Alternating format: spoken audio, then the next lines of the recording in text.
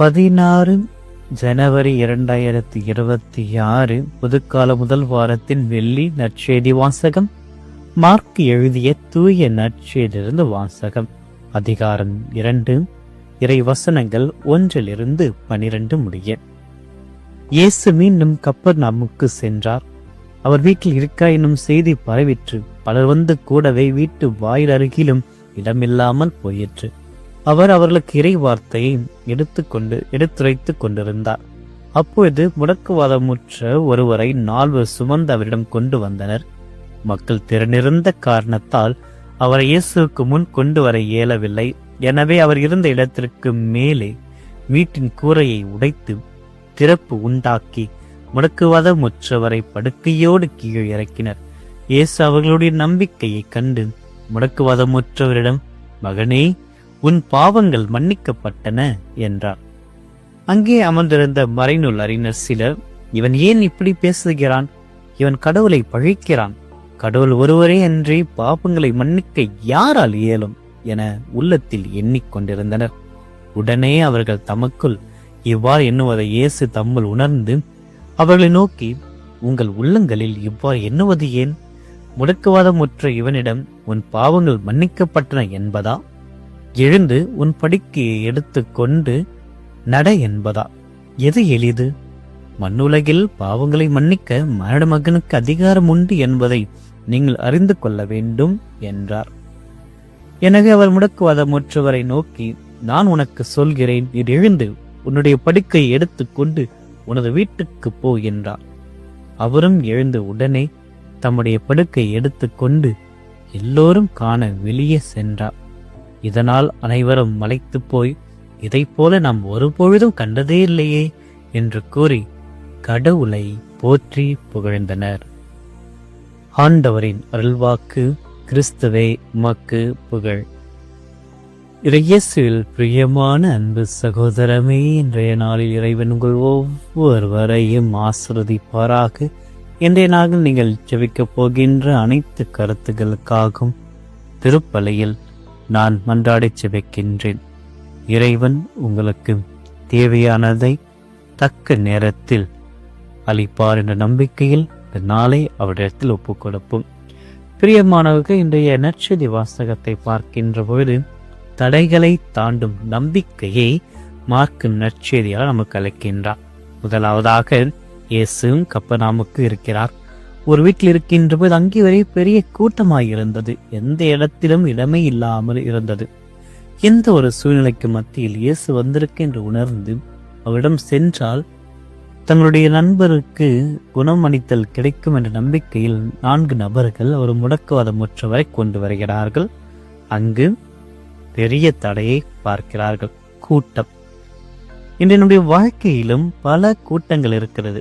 இயேசுவை நெருங்க விடாமல் இருக்கின்ற நம்முடைய கவலைகள், மற்றவருடைய விமர்சனங்கள், இந்த உலக நாட்டங்கள், நம்முடைய பழைய பாவங்கள், இது போன்ற பல கூட்டங்களை நாம் வைத்திருக்கின்றோம். இவைகள் நம்மை இயேசுவை நெருங்க விடாமல் தடுக்கிறது. அங்கு அந்த நற்செய்தி இருந்த கூட்டம் அந்த முடக்குவாதமுற்றவரை நேரடியாக இயேசு சந்திக்க முடியாமல் இருந்தது. இருந்த போதிலும் தடைகளை தாண்டுகின்ற நம்பிக்கையாக இவர்கள் 4 நபர்களுடைய நம்பிக்கையுடைய துணிச்சலை நாம் பார்க்க வேண்டும்.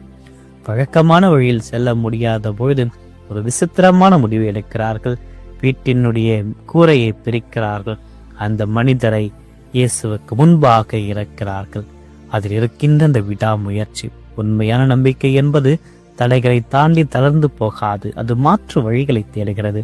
மற்றொன்று கூட்டு நம்பிக்கை. இங்கே இயேசு குணமளித்த அந்த நோயாளியினுடைய நம்பிக்கையை மட்டும் பார்த்தல்ல, அந்த 4 நபருடைய நம்பிக்கை, கூட்டு நம்பிக்கையை பார்த்து அதன்படிதான் அவர் குணமளிக்கின்றார்.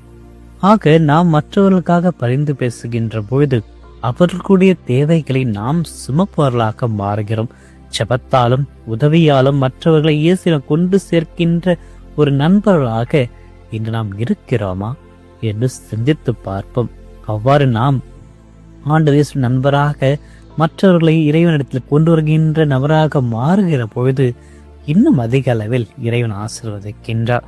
அந்த மனிதன் நடக்கணும் என்றுதான் வந்தான். ஆனால் ஆண்டவர் அங்கு வெறும் உடல் ரீதியான சுகத்தை மட்டும் அளிக்காமல் அந்த மகனினுடைய பாவங்களை மன்னிக்கிறார்.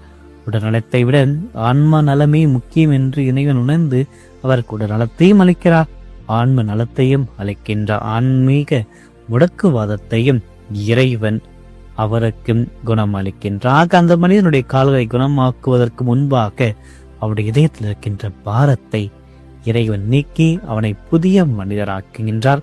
இதில் அவருடைய அதிகாரத்தினுடைய வெளிப்பாடை அந்த மறைநூல் அறிஞர்களுக்கு அளிக்கிறார்கள். ஏனெனில் அவர்கள் முணுமுணுக்கிறார்கள், ஏன் இந்த நபர் பாவங்களை மன்னிக்க வேண்டும், இவர் யார் என்ற ஒரு பலவிதமான கேள்விகளை அவர்கள் தன்னுடைய உள்ளத்தை எழுப்புகிறார்கள். ஆனால் ஆண்டவர் தன்னுடைய அதிகாரத்தை காட்டுகிறார். மனுமகனுக்கு மண்ணுலகில் பாவங்களை மன்னிக்கின்ற அதிகாரம் உண்டு என்று அவர்களுக்கு நிரூபிக்கின்றாக. கண்ணுக்கு தெரியாத பாவ மன்னிப்பு உண்மையானது என்பதை கண்ணுக்கு தெரிகின்ற உடல் சுகத்தின் மூலமாக இறைவன் உடல் சுகத்தையும் பாவ மன்னிப்பையும் அந்த நபர் கழித்து அனைவருக்கு முன்பாக அவரை எழுந்து நடக்க செய்ய வைத்தார். இன்றைய நாளில் நாம் நம்முடைய படுக்கையை தூக்க வேண்டும். இத்தனை ஆண்டுகளாக மாதங்களாக நாம் பலவிதமான பயத்தில் பாவத்தில் கவலையில் ஒரு முடக்கவாதமுற்ற நபராக அந்த படுக்கையிலேயே நாம் இருந்திருக்கின்றோம். அந்த படுக்கையை எடுக்க வேண்டும். நம்முடைய தடைகளை தாண்டி நம்பிக்கையை உருவாக்க வேண்டும். ஆண்டவருக்கு முன்பாக ஒரு விசித்திரமான நம்பிக்கையை நாம் அதிகரிக்க வேண்டும். அவ்வாறு அதிகரிக்கின்ற போது இறைவன் நம்மை ஆசீர்வதிக்கிறார். நம்முடைய சமூக கடமைகளை, அதாவது மற்றவர்களை இறைவனத்தை கொண்டு வருகின்ற நபராக மாறுகின்ற அந்த கடமையும் இறைவன் நம்மிடத்தில் எதிர்ப்பாக. இன்று நமக்கு தடைகள் வருகின்ற பொழுது நம்பிக்கை தளர வேண்டாம். இயேசு நம்முடைய இதயத்தை பார்க்கிறார், நம்முடைய காயங்களை தொடுகிறார். அவர் தருகின்ற மன்னிப்பை நாம் பெற்று மீண்டும் எழுந்து நடக்க இறைவனுடைய கைகளை பிடித்துக் கொள்வோம். ஆமென். மன்றாடுவோமாக. வாழ்வின் ஊற்றும் ஒளியுமான இறைவா, இந்த ஆசீர்வதிக்கப்பட்ட நாளுக்காக நமக்கு கோடான கோடி நன்றிகளை செலுத்துகின்றோம். நற்செய்தி வாசகத்தை அந்த ஊரில் வீட்டையை கூரையை பிரித்தும் பாதம் தேடி வந்த அந்த முடக்குவாதமுற்ற மனிதனையும் அவருடைய நண்பர்களையும் இன்று நாங்கள் தியானித்தோம்.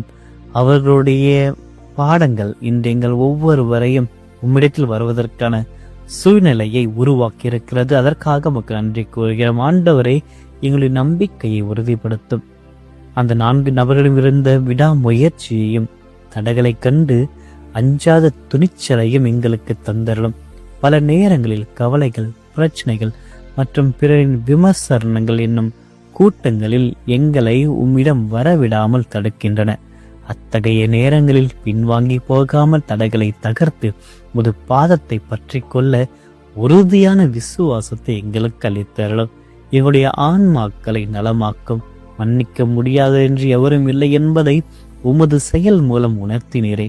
உன் பாவங்கள் மன்னிக்கப்பட்ட நம்முடைய ஆறுதல் மொழியானது இன்று எங்களை தேடி வரட்டும். என் மனசாட்சியை வாட்டும் குற்ற உணர்வுகளிலிருந்து, எங்களை முடக்கி போட்டிருக்கும் பழைய கசப்பான நினைவுகளிலிருந்தும் எங்களுக்கு விடுதலையை தாரும்.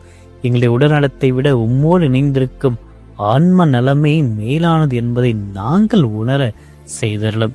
எங்களை சுமப்பவர்களாக பிறரை உங்களிடத்தில் கொண்டு வருகின்ற நபர்களாக மாற்றும். அன்றைய சமுதாயத்தில் தனிமையாலும் மனச்சோர்வினாலும் நம்பிக்கையற்ற நிலையாலும் முடங்கி கிடக்கும் எத்தனையோ சகோதர சகோதரிகள் உண்டு. அவர்களை சுமந்து வர ஆளில்லாத முடக்குவாதமுற்ற மனிதர்களாக இருக்கிறார்கள். அவர்களுக்கு நாங்கள் அந்த 4 நண்பர்களைப் போல அன்பு கரங்கள் நீட்ட எங்களுக்கு அருள் புரியும். மற்றவர்களுக்காக பரிந்து பேசுகின்ற குணத்தை எங்களுக்கு தாரும். அவர்களை உம்மிடம் அழைத்து வர எங்களுக்கு ஒரு கருவியாக மாற்றியறலும். ஆண்டவரே, இன்றைய நாளில் ஒவ்வொரு நிமிடத்தையும் உம்மிடத்தில் ஒப்படைக்கின்றோம். இன்று நாங்கள் செய்ய போகின்ற பணிகள், எடுக்கப் போகின்ற முடிவுகள் மற்றும் சந்திக்க போகின்ற நபர்கள் அனைவரிடத்திலும் உமது திருவுளத்தை நிறைவேற்றி எங்களுக்கு ஆசீர்வாதத்தை அளித்தருளும். முடக்குவாதமுற்ற மனித எழுந்து நடந்து சென்றதைப் போல நாங்கள் இன்று உற்சாகத்துடன் புது தெளிவுடன் எங்கள் பணிகளை தொடர செய்தலும். எங்களை முடக்கி வைத்திருக்கும் பயங்களை நீக்கி எழுந்த நடை என்று உமது அதிகாரமிக்க வார்த்தைகள் வாழ்வில் ஒலிக்க செய்தலும். ஆண்டவரே, நாங்கள் இன்றி எப்பொழுதுமே முடங்கி விடாமல் உமது ஆசீர்வாதத்தை பற்றி கொள்கின்ற நபராக உம்மிடம் வருகின்ற நபராக, உம்மீது நம்பிக்கை கொள்கின்ற நபராக, பிறரை மற்றவர்களை உம்மிடத்தில் கொண்டு வருகின்ற நபராக இன்று நாங்கள் மாற எங்களோடு பயணித்தருளும். எல்லா விதமான நலன்களால் நிரப்பி இந்த நாளையும் எங்களையும் ஆசீர்வதித்தரும். இந்த மன்றாட்டுக்களை எல்லாம் எங்கள் ஆண்டவராகிய கிறிஸ்து வழியாக மன்றாடுகின்றோம். ஆமென். எல்லாம் உள்ள இறைவன் தந்தை மகன் தூய ஒவ்வொருவரையும் நிறைவாக ஆசீர்வதிப்பாராக. ஆமென்.